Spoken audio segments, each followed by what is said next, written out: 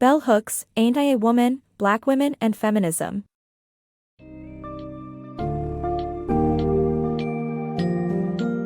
Dive into the compelling world of Bellhooks, Ain't I a Woman, Black Women and Feminism, where you will be introduced to the harsh realities faced by Black women throughout history, due to societal pressure and misconception. Unearth the roots of racism and sexism that have been systemically imposed on Black women, explore the damaging and long-lasting impacts of stereotypes, and examine the complex struggles that Black women have faced in attempting to navigate both their racial and gender identities. This book summary will take you on a journey through the history of Black women and feminism, revealing the ongoing struggle for equality and recognition in the face of deeply entrenched institutionalized oppression.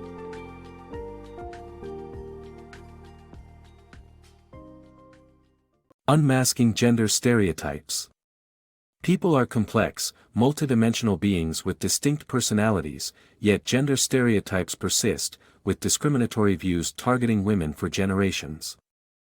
After the arrival of European colonizers to America, racism and sexism took root, branding enslaved Black women as immoral temptresses while viewing white women as pure. This prejudice justified the rape and exploitation of Black women, transforming them into victims. From the 19th century onwards, the contrasting stereotypes between Black and white women continued, causing women who resisted their masters' advances, like Anne, to suffer grave consequences. Unfortunately, these stereotypes and harsh treatments have not been completely eradicated. While it's well established that individuals each possess their own unique personalities, gender stereotypes sadly continue to thrive.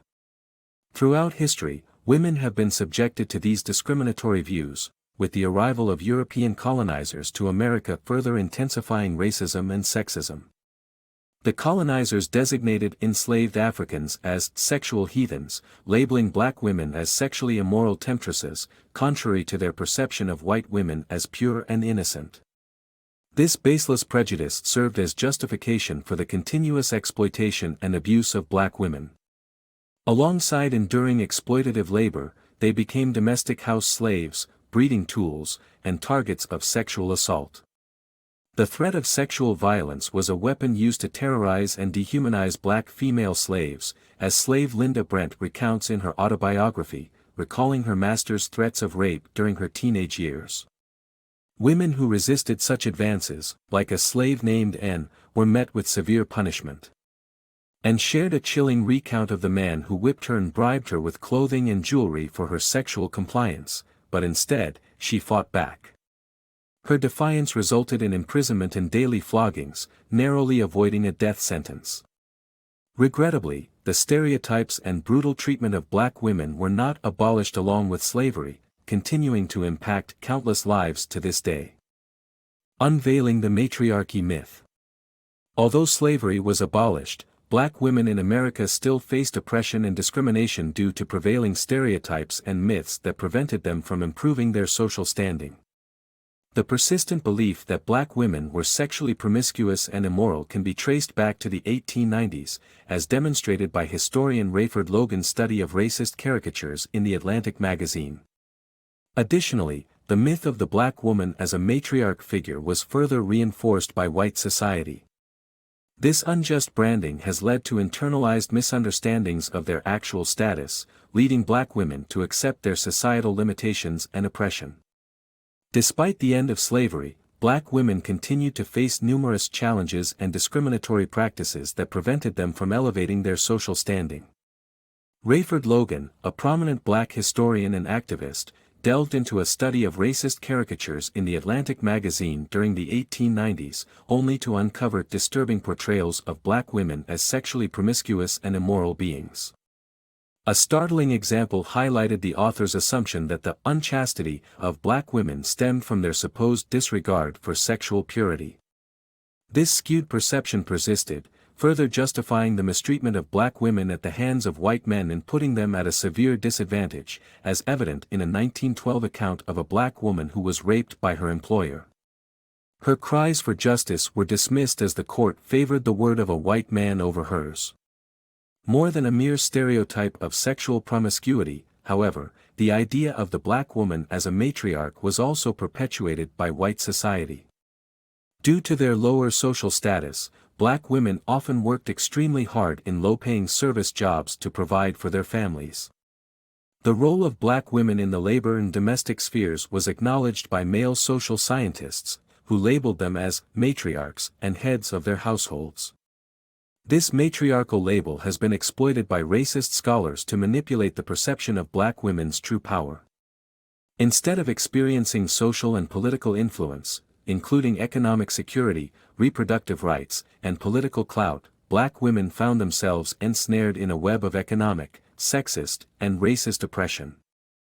The acceptance of the matriarch role unwittingly led them to submit to the white patriarchal system. Despite the pervasive myth, the author declares, no matriarchy has ever existed in the United States. The subsequent section delves into the harmful effects of these patriarchal ideas infiltrating the black community, triggering animosity between black men and women with devastating consequences. Unraveling patriarchy's effects. The concept of a patriarchal society, introduced by American colonists, has deeply affected black men and women throughout history. This societal structure dictated rigid gender roles, wherein men were viewed as breadwinners and heads of households. Notable black figures, such as Martin Delany, further solidified these expectations by advocating separate responsibilities for men and women. Racism from white employers denied black men access to wage-earning positions, forcing black women into domestic service to support their families. Consequently, these women looked to black men to lift them from menial work, putting pressure on men to rise in status. Black writer Gail Stokes expressed disdain for black men who failed to embrace the breadwinner role, instead idolizing the resources white husbands could provide for their wives. Denied power and status in the racial hierarchy, many black men resorted to exerting dominance over black women through violence and exploitation. Malcolm X's autobiography reveals this pattern, as he engaged in the sexual exploitation of black women, justifying it by claiming their need for domination. Unraveling racist feminism.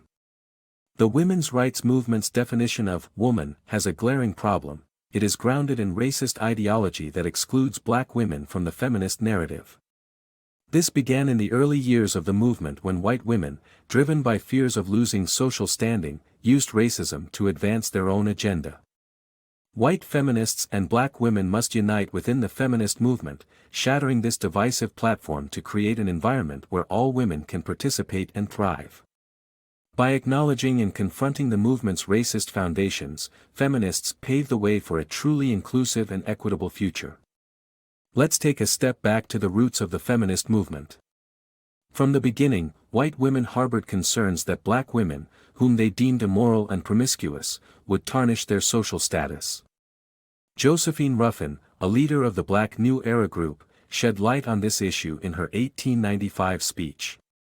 Ruffin criticized white women's clubs for not welcoming black women due to perceived black female immorality, laying the groundwork for an exclusionary feminist movement.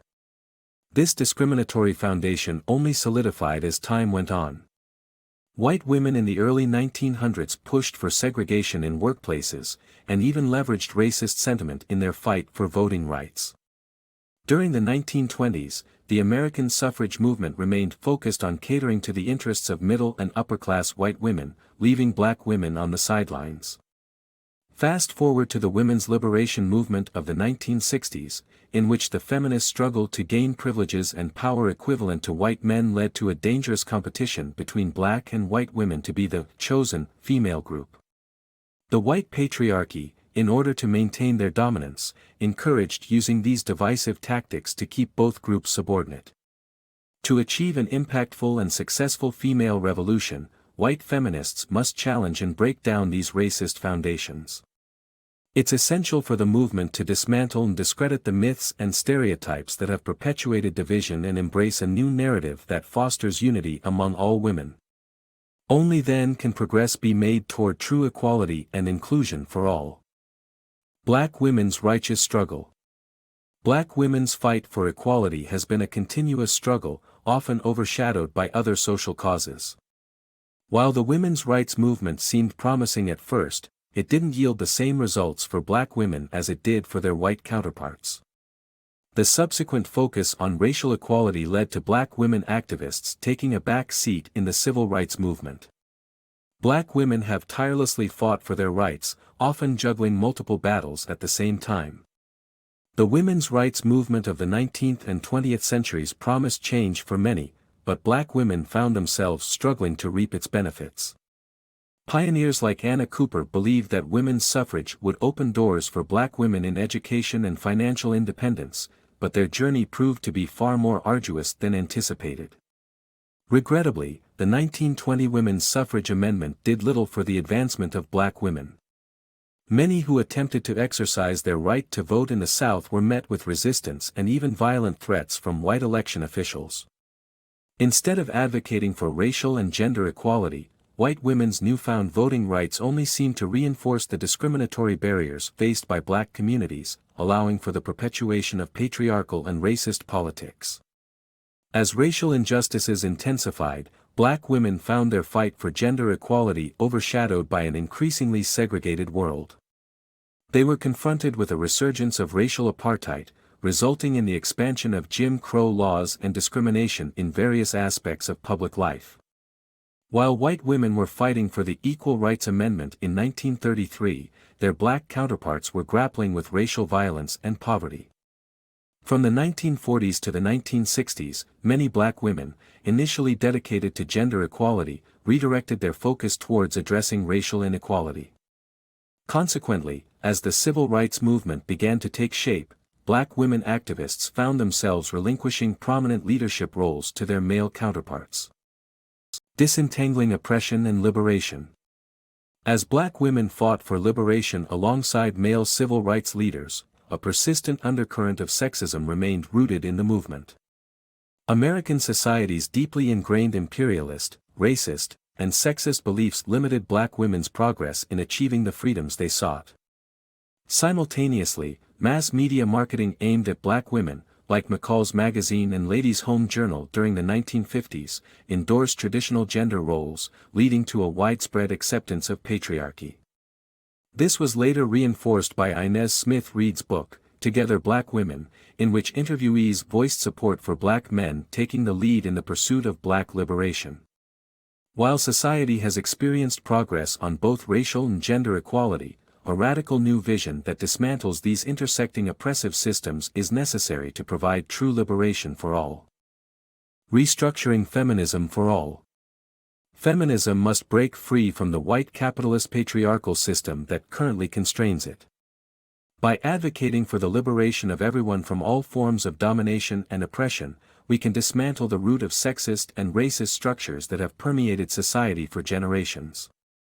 This requires acknowledging and addressing the various levels of inequality that different women experience, and working collectively across races and genders towards a more inclusive and meaningful movement. Embracing this new, transformative vision of feminism involves rejecting the ideology of dominance in favor of prioritizing personal and collective self-development. It's not easy to embrace change, especially for those who have long endured abuse, humiliation, and exploitation. However, it's time to acknowledge that the feminist movement needs to evolve beyond its restrictive white capitalist patriarchal system. What is needed is a true feminism that seeks the liberation of all people, men and women, from domination, oppression, and sexist role patterns. To achieve this, we must begin by completely restructuring American society. Our current system perpetuates male brutality and violence against women. It won't be solved by creating more shelters or teaching self-defense alone. We must put an end to the promotion of aggression and violence as masculine ideals. This necessitates tearing down the structures of individualism, imperialism, racism, and sexism that lie at the heart of societal norms. One way to initiate change is by ensuring that the feminist movement does not remain confined within racist and classist boundaries. There has been hesitance to confront the exclusion upon which the movement was originally built. However, without recognizing that different women face varying degrees of oppression, radical change cannot be achieved.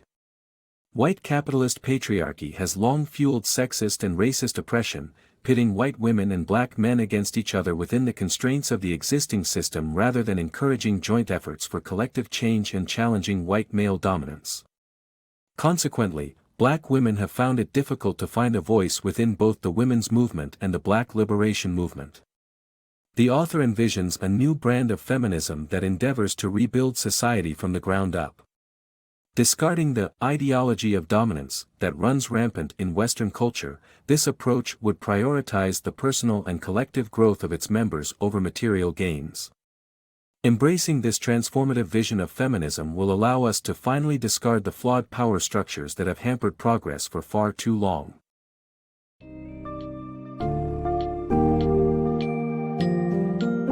As we conclude our exploration of anti-woman, black women, and feminism, it becomes increasingly clear that the fight for justice is far from over.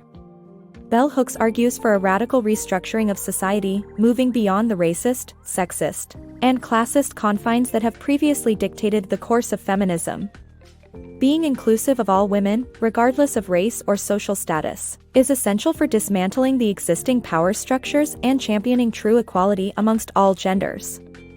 Together, black and white women must shift focus from seeking power within a flawed system to creating a new foundation built on genuine liberation and the eradicating of all forms of dominance and oppression.